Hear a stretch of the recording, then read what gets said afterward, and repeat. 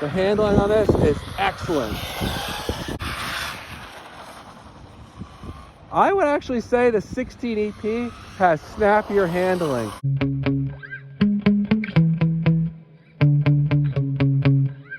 Today I'll be testing two of the best 14th and 16th scale RC trucks on the market. I have the Jetwood JC16 and the Jetwood JC14 here.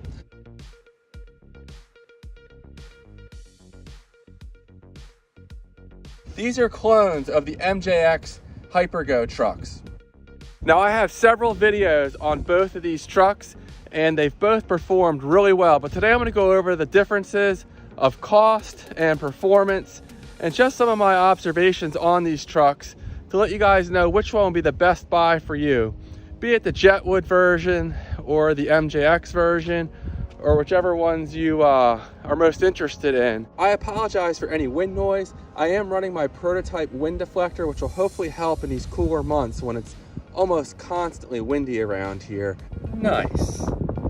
But at any rate, so here's the Jetwood JC16. As you can see, this is technically a buggy.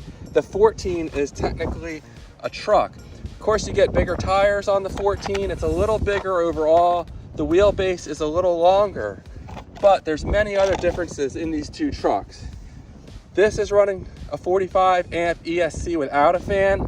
We have a 45 amp ESC here with a fan. This is a 2845 sized motor at 4200 kV. This is a little bigger at 2852. So it's about 7 millimeters longer, same diameter, and comes with a cooling fan. Actually, this does as well. This one should make about 10% more torque. However, this truck's a little heavier. Now, as far as the speed of these trucks, I think a lot of you guys will be interested in that. The Jetwood JC16EP only comes with a 2S battery. It's really only designed for 2S. It certainly can run 3S, but this one topped out on 2S at 28 miles an hour. The 14 topped out at 34 miles an hour on 2S, but it doesn't actually come with a 2S. It only comes with a 3S battery, a higher voltage battery. So right out of the box, this truck is much faster. On 3S with a stock battery, it went 48 miles an hour, besting the claimed 46 miles an hour for this truck. Now this went on a 3S battery pack that Jetwood sells, 39 miles an hour, and went as fast as 41 miles an hour on my CNHL high performance 3S pack, which is this one here. Now the 16 scale truck has these plastic batteries here, hard case batteries, and I don't really like them because you can't check the voltage on them.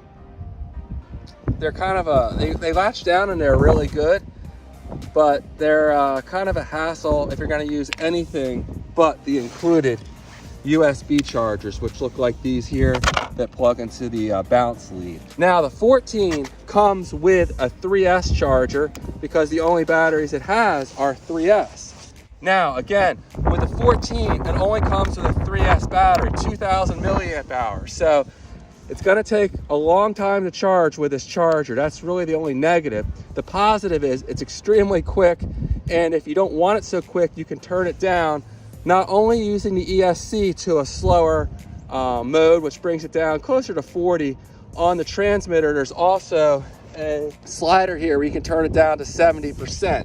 So I haven't actually GPS'd it on the slowest mode, but it'll probably be more like 30, maybe 35 miles an hour. Now, as far as the handling goes on these two trucks, the JC16EP out of the box definitely handles better. The 14, it tipped over way too easy, and the reason for that is the track.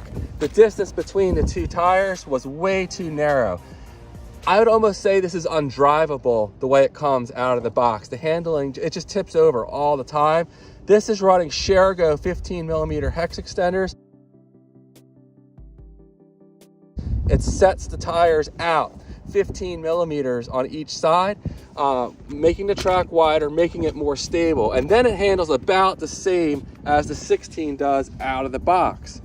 Now, the biggest question you guys probably have, we've talked about the speed, the handling. The 16 gets the nod out of the box. but with $10 adapters, they're pretty much the same.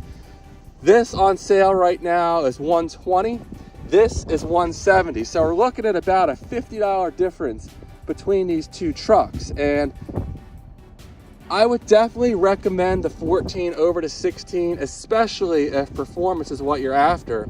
But that's not a small price difference. $50, you need the hex extenders. That brings us to a $60 difference. Now, keep in mind, you're really only going to be able to run this on 2S. Unless you already have a 3S charger, you can get a cheap one like this from Jetwood along with their 3S battery for like $40. But that brings the price of these two trucks much closer to each other. So if you have a kid or someone just getting RCs, I definitely recommend this truck. It's very good. But the big Achilles heel of the 16 is the differentials. The differentials are much weaker in this. They're not really designed for 3S. And while I did run it many times on 3S, it went 39 miles an hour on this battery and 41 miles an hour on my CNHL. I don't know long term if it's going to hold up well. This comes with Jetwood's strongest differentials and is designed for 3S use. So to upgrade this, you're looking at a minimum of $40. So if you're gonna run this on 3S, you want the speed out of it, you're looking at already closing the price gap to like $20. And then it makes it much harder to argue against the 14. Now, of course, there's the styling difference of these two trucks. You may perform the look of one over the other. I did run these bigger tires on the 16, but it made it too tipsy. I'm trying to think of some of the other differences I wanted to highlight.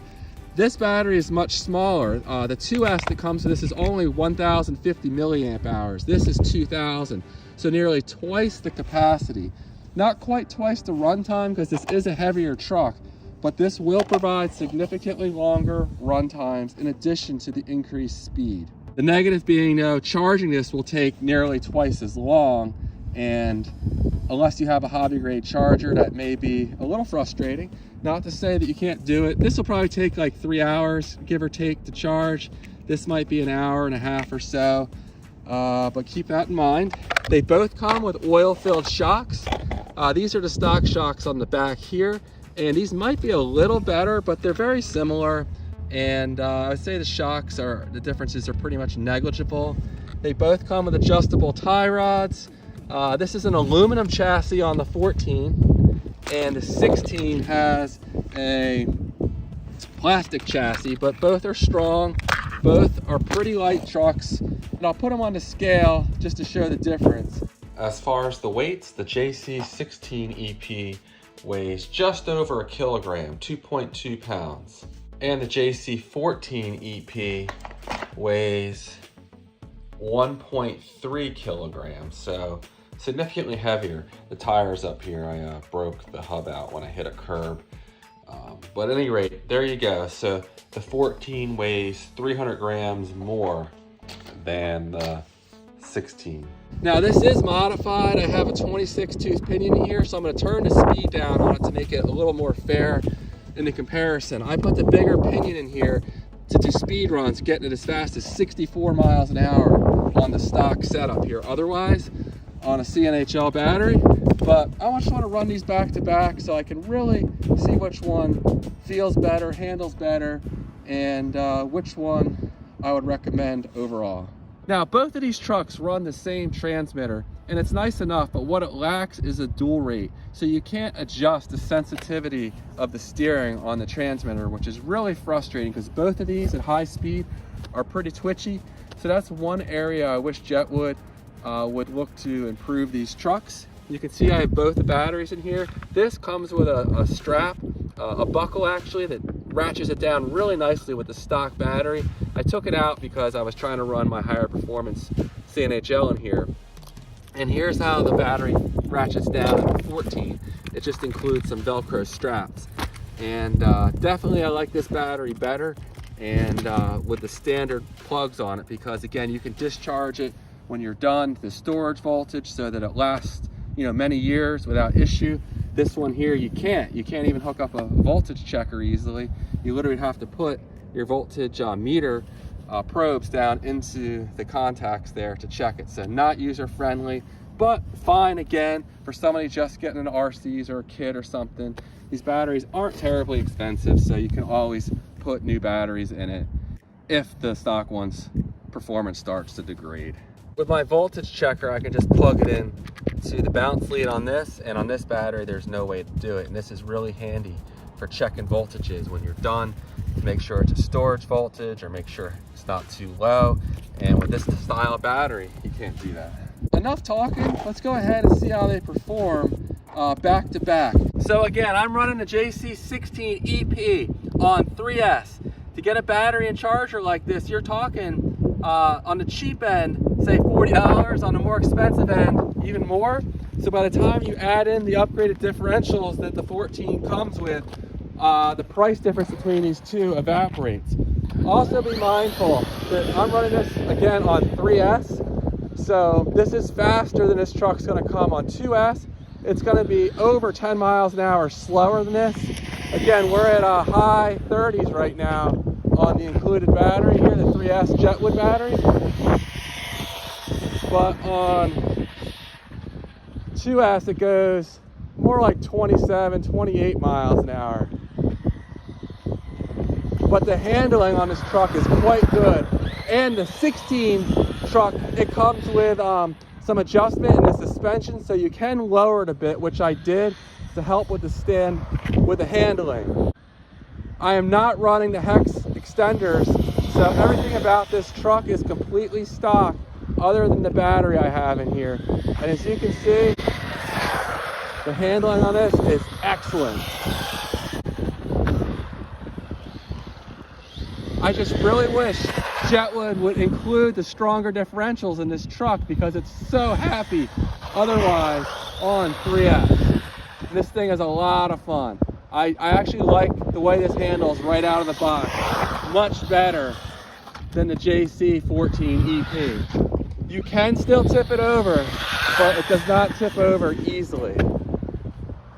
Now I have a ton of running videos on both of these trucks, so I'm not going to do a real long run video today.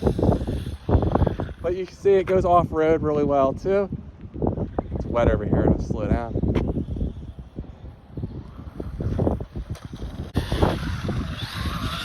Look at that, right off the curb, no issue. So for $120, this is an awesome truck, a lot of fun, but just be mindful when you run it on 3S, you're gonna have to do some upgrades most likely. And again, that price difference between the two trucks evaporates quickly, and you have to weigh that and see which one's worth it to you. Now on my more powerful CNHL 3S battery, this thing is a wheelie monster, and especially when running bigger tires, but then you lose a lot of the handling when you go to the bigger tires. These are the stock tires on here, but my previous video, this thing was a wheelie monster. So, excellent parking lot ripper at $120, and great for someone just getting into RCs. I'm going to keep driving it off camera just because I'm having way too much fun. But next up is the JC14EP.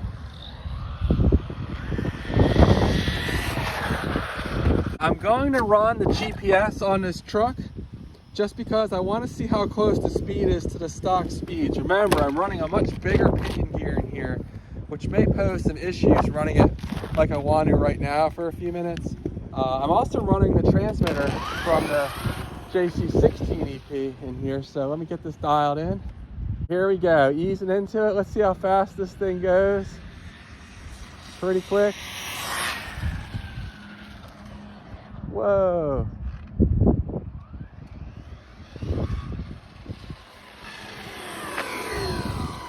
All right, 42 miles an hour. It's actually a little slower than it is stock, how I have it set up right now, but that's okay. It's still plenty quick. All right, here we go. As you see, you can handle hex extenders on here, it's not tipping over like it would when it's stock.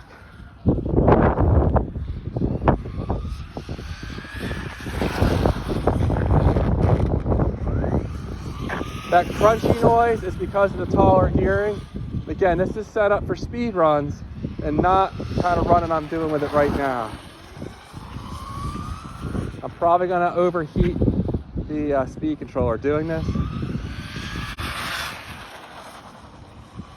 I would actually say the 16EP has snappier handling. Those smaller, lower profile tires provide sportier handling.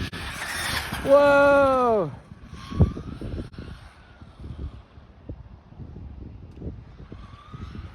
Let's run it off the curb the same way. Yeah, no problem.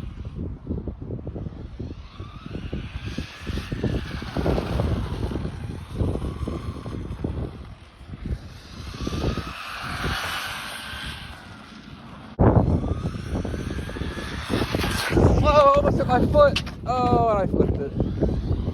That would have been painful.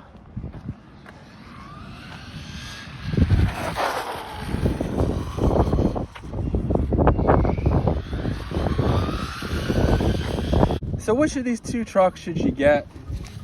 It is so hard to pick one. They both have their pros and cons. For performance, the 14 is definitely a way to go. However, the 16 does have snappier handling. And if it wasn't for the fact that it only came with 2S and the diffs may be a little too weak for 3S use, I would actually pick this one here. But because Jetwood does not include the stronger diffs and the upgrade is quite expensive, I would really lean towards the 14 version. But both are so much fun and I'm so glad I have both of them. So I think the answer is you got to get one of each.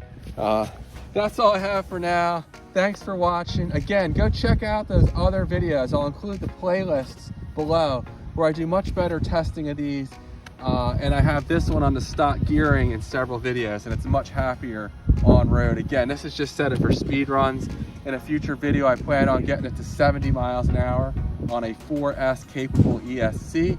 But Jetwood makes some outstanding RC cars and these are, I think, probably two of their best.